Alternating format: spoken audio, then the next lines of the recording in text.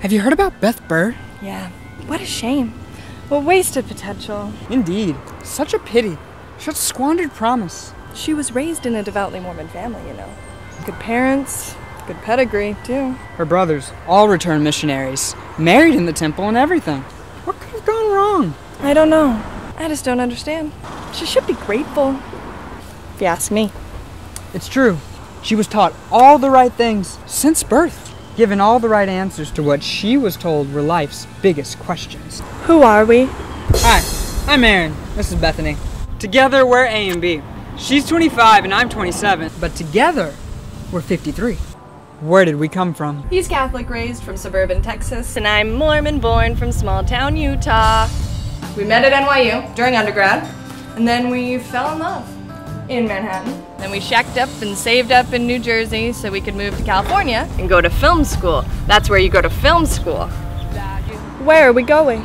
But we'll get back to that. First, let's go to Los Angeles, where we had our big dreams of making it big with our big ideas about the changing cultural landscape in America and our yet unspoken perspective on it all.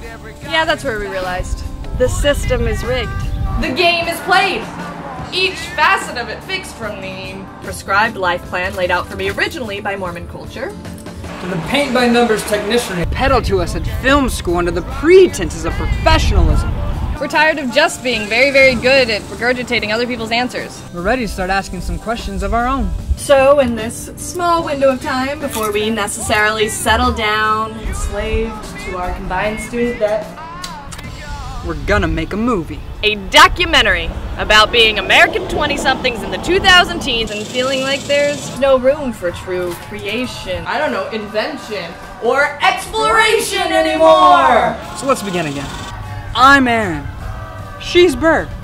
And in the words of Mick Jagger, we're dissatisfied with the generation we think is running our lives. Or, more accurately, we are disappointed in the fixed definitions that now make up America for the avenues of careerism touted as dreams. Not my dreams. Not my dreams. So suddenly, I'm feeling a lot like Joseph Smith, the first Mormon prophet. It's a story I've been told since infanthood of an American teen in 1820 who looked at all the options his world presented him and thought, None of this seems quite right. and thus? There must be more to know. Now, who are you to be dissatisfied? You may ask. What right do you have to question the options and obligations bestowed upon you with a mandate for obedience? I'm you. I'm me. Sometimes Catholic, Texan for life. An ex-Mormon, or soon-to-be, maybe. Former Dallas Cowboy fan. A former 4.0 student. Third-generation American. Scholarship winner. Hispanic, per the obligatory box I have to check on government forms. And former gold star upon the lapel of so many adults who were proud to know me. The product of a broken home. Bestow me, but But then again, I never liked that label anyways. not anymore. I'm not just some phrase someone made up one day. Somewhere in there I realized that in pleasing everyone else, I didn't even know myself. So we're thinking, hey, wait a minute. We're legitimate Americans. We're part of a legacy of people who once just decided that they were their own country. When do we take back the right to making things up as we go along? I'm like, hold up a sec. I'm a literal descendant of the only group of people who had to flee America for religious freedom. So, shouldn't it be my inalienable right to pursue my own truth too? Instead of just choosing from the paved highways to happiness that already now exist? Isn't that what Joseph Smith did? Isn't that what the founding fathers did?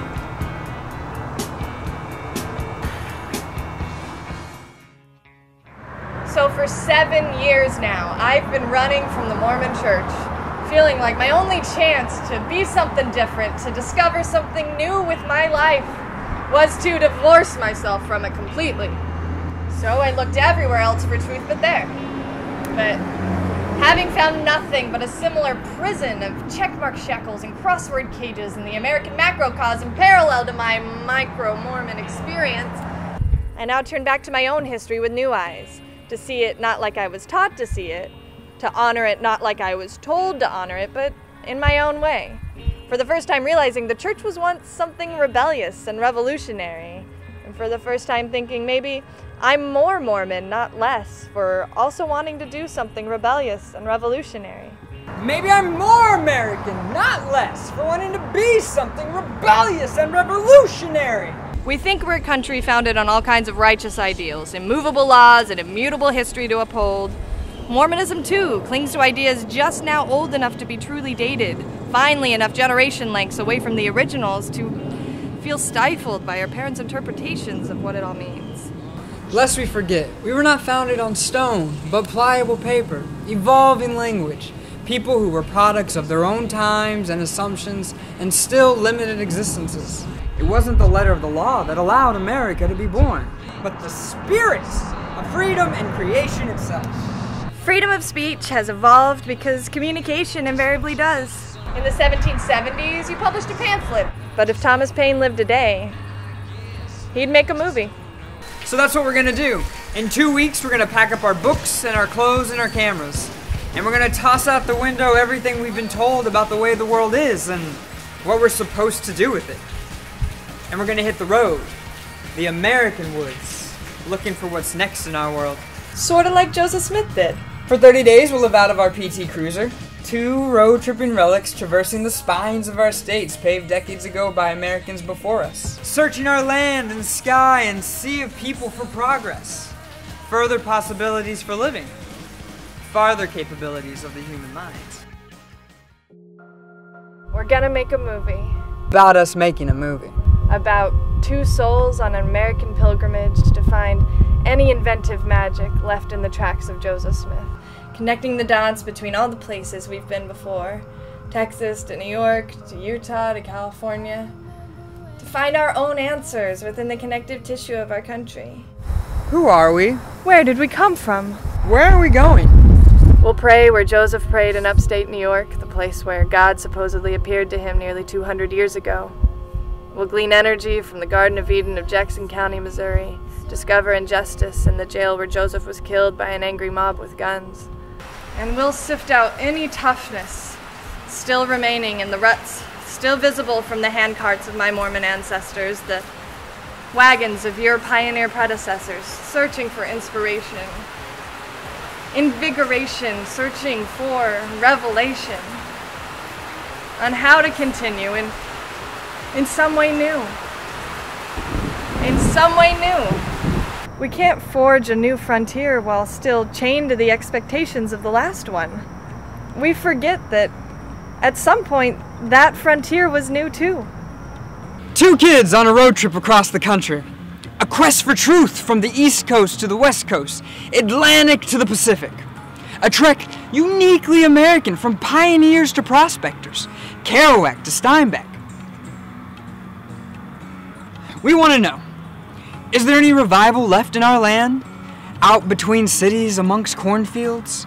Any wisdom dropped along the way in Nebraska? Any magic misplaced in Missouri? Something brand new blooming overlooked in a ghetto of Ohio? Are there any others out there like us? Tired of the fast-paced, skin-deep charade life has become here?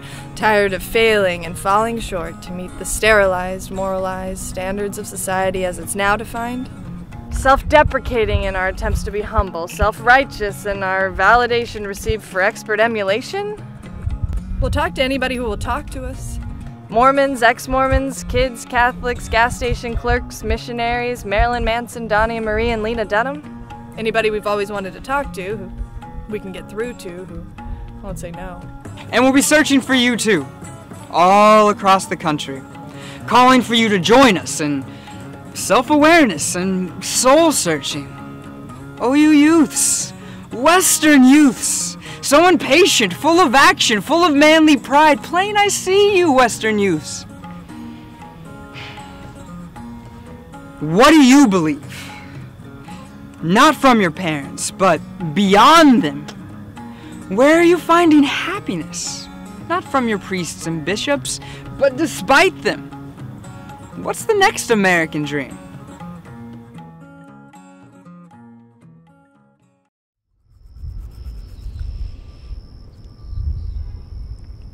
The internet has literally changed us. The way we express ourselves, the way we conceive of ourselves, and yet us millennials seem scared to say something new with our century, too tied up in the keeping the appearance of success and self-worth dictated by the generation who created us. Afraid it'll hurt too bad if we lose the pride of our parents completely, if we fail the faith of our fathers entirely, if we become something new that they don't understand.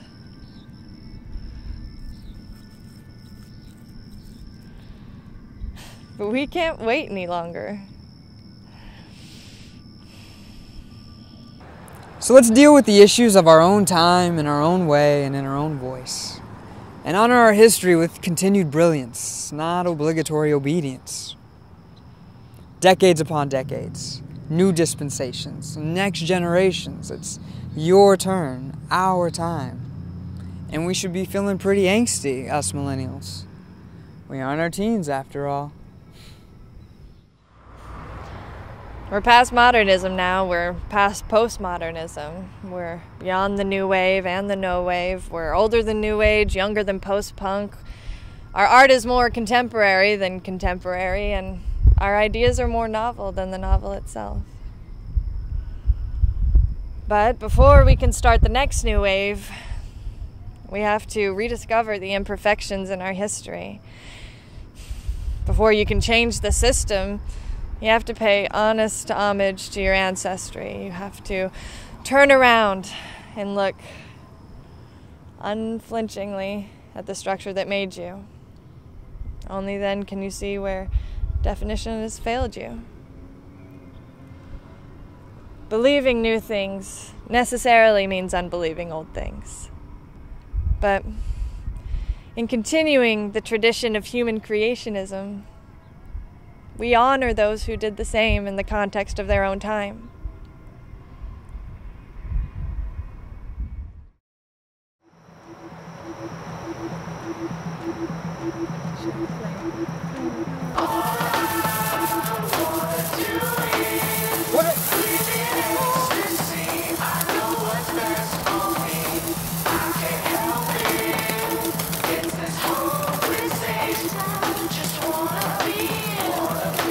Purple, yellow,